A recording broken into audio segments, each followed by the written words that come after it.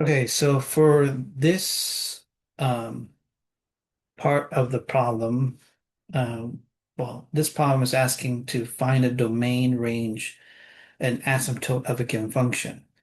So remember, domain is talking about the x, right? The x values. What are the x values? Or where does it exist?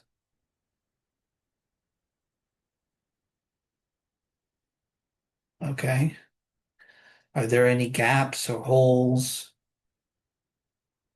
Any gaps or holes. Okay, that's what the domain is asking. If there are, then we need to point those out. The range here is talking about the y values. Okay, so the lowest part of the graph, the highest part of the graph. And then asymptote is, is there a, that can refer to maybe there's a gap, you know. The asymptote is providing that gap. Okay. Now, it's so important, as I've stressed since day one, to really understand what each equation represents. So in this case, we have a log function. So a log function looks something like this. So understanding the characteristic of a log function. So um, is so vital because if you understand what the graph is doing, then you understand what the problem is asking.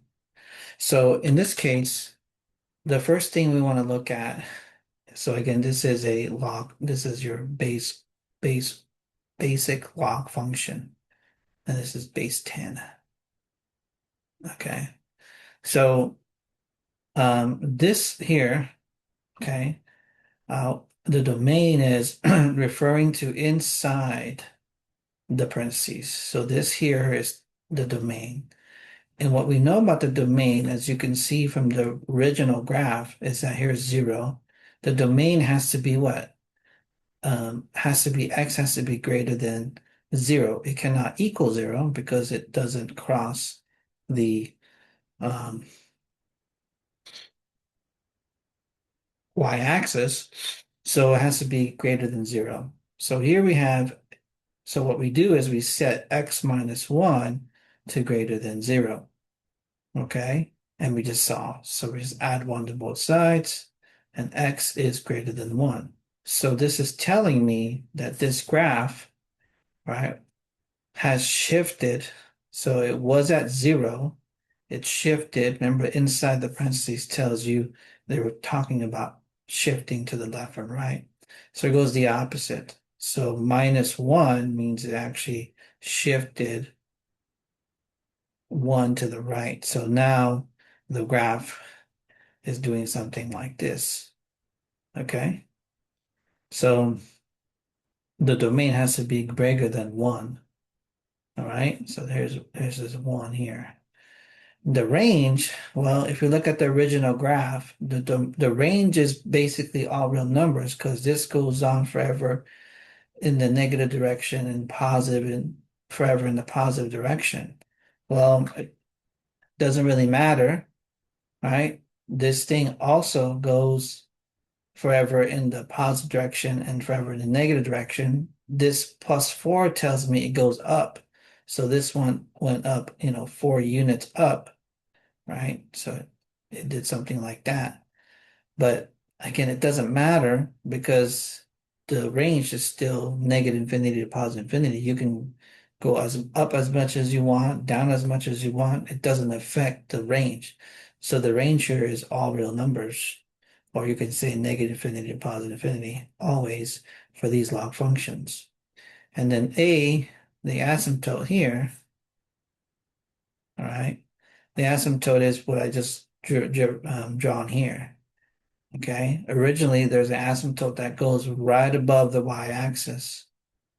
Okay. It goes right above the y-axis. That's why it cannot cross. That's why this graph, it cannot cross beyond um, at x equals 0 because there is a asymptote there. Now the asymptote has moved to the right. So in this case, the asymptote is going to be x equals 1. In fact, this guy here and this guy here will always be the same. So whatever you get for the domain will always be the asymptote as well.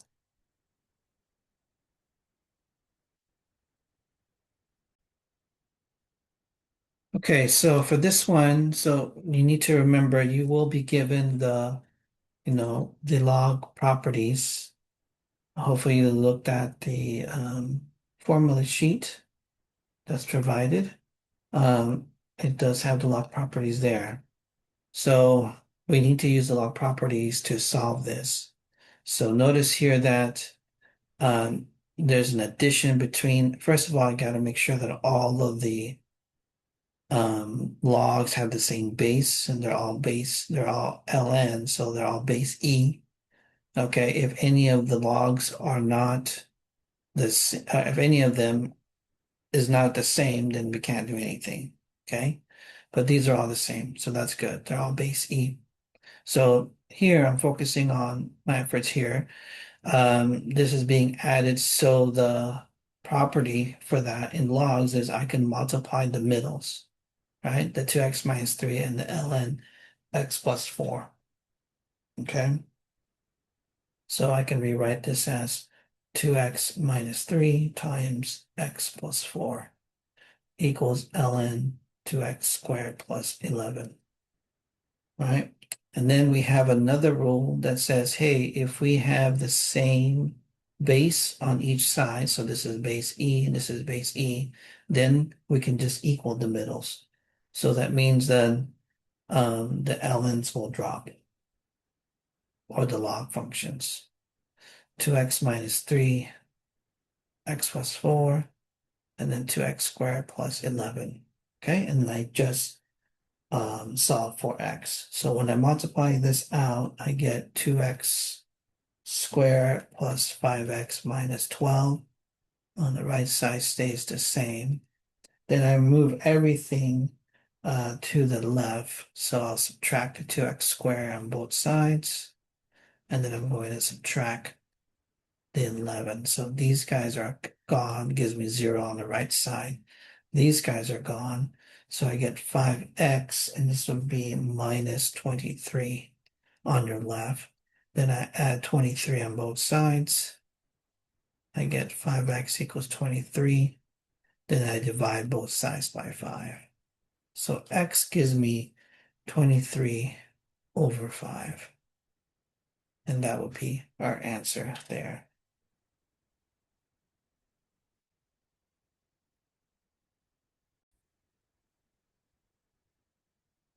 Okay, for this one, it says Farmer Ed has 2,500 meters of fencing and wants to enclose a rectangular plot that borders on the river. If Farmer Ed does not fence the side along the river, what is the largest area that can be enclosed?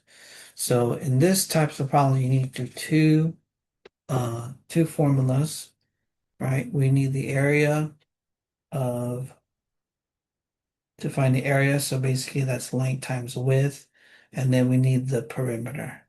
Okay, so in this case, it says Farmer Ed does not fence along the side river. So we have this here. Here's the river. All right, so this is say length and then width. So he does not fence along the river. So in this case, then our perimeter is just going to be 2W plus L. That's the sides we're going to cover with the fence. We do have 2,500 meters of fencing we can use, so that's 2,500 equals 2W plus L. So we need to get this equation here in one variable. So in order to do that, we need to solve for L here. Okay? It doesn't really matter which one you solve for as long as you solve for one of them. But I'll just solve one for L. And so let's subtract 2W on each side. So I get 2,500 minus 2W equals L. So that's what I'm going to replace for my L here in the area. So I get 2,500 minus 2W times that by W. Then I'm going to distribute. So I have 2500 W minus 2W squared. Okay. So this is in terms of W. And I'm going to rewrite this as negative 2W plus 2500 W. Okay. So we want to find the largest area. So anything with maximizing the area, we need to use the formula, which is equal to um, x is equal to negative b over 2a. Okay. So in this case, this is my a, and then this is my b. And I just plug it in. So I have negative 2500 divided by 2 times a, which is negative 2. Okay. So on the top, we get negative 2500. And in the denominator, we get negative 4. When we divide that, we get 625. Okay. So this would be in meters. Okay. So basically that is our W. X is W. Okay. Mhm. All right. So now once we find W, we can plug this back in, back to our original equation. Okay. Our A of W. So when we do that, we get A of 625 and negative 2 times 625 square plus 2500 times 625. So when we plug that in a calculator, we get 781,250 square meters.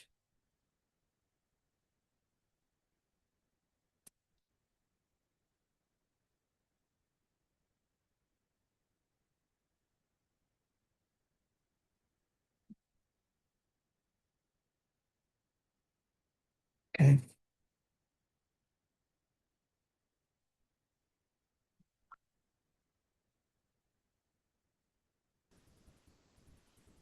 Okay, so this problem says the price P and the quantity X sold of a certain product obey the demand question. A want to express the revenue R as a function of X. So for part A there, we need the formula R of X is equal to X times P. So in this case, X times P is this here. So that's going to be negative 16X plus 60. All right. And that gives us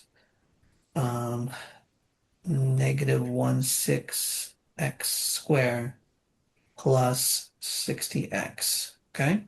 For part A. For part B, it's asking for what is the revenue after 66 units? Well, we just found out what R of X is. So we just plug in 66 for X. So that's going to be R of 66, which is equal to negative 16 times 66 squared plus 60 times 66. Okay, we put that in a calculator and we get a total of 3,234. So if we sold 66 units, the revenue would be this much. For part C, it's asking to maximize. Again, it has that maximize the revenue. So again, we need to use the formula X is equal to negative B over 2A. So in this case, my A is negative 16 and my B is a 60. So that gives me negative 60 divided by 2 times negative 16. When I simplify this, I get 180. Okay. So that's the quantity X. Now, what is the maximum revenue? Well, the maximum revenue is I plug this in here in my original equation of R of X. So that would be R are 180. So that would be negative 1/6 times 180 squared plus 60 times 180. Okay, and that gives us $5,400. So based off of this equation, our maximum revenue will be 5,400 bucks. Okay.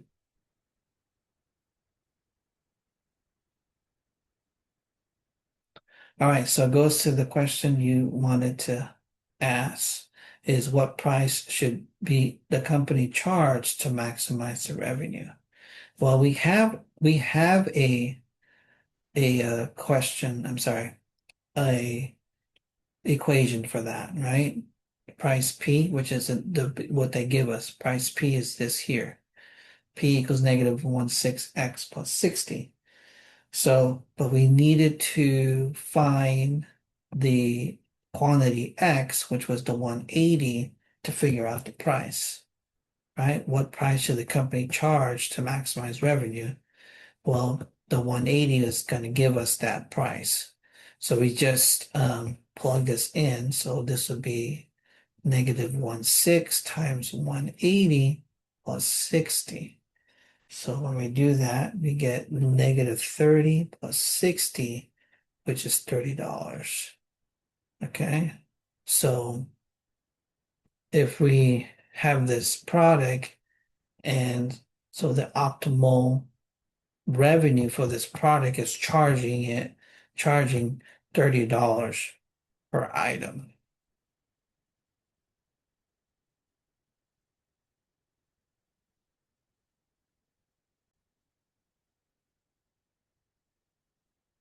Okay, so this one we need to determine whether this is even, odd, or neither. So to determine whether it's even, odd, or neither, we just plug in negative x, right? So we plug it in and it's the same as the original, then it's an even function. If they're opposite, one's positive, one's negative, then that's odd. If it doesn't do any of that, then it's neither. So we just plug in negative x into our function. So that's negative x to the third power minus 12 times negative x. So negative x to the third power is still going to give me negative x to the third power.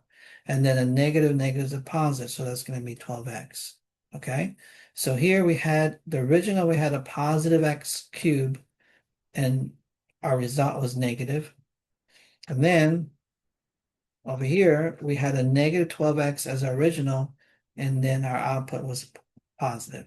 So as you can see, they're opposite, okay? Or I can pull out a negative 1, and that will give me x cubed minus 12x. So it's one's a positive and one's negative. So this tells me that this is an odd function.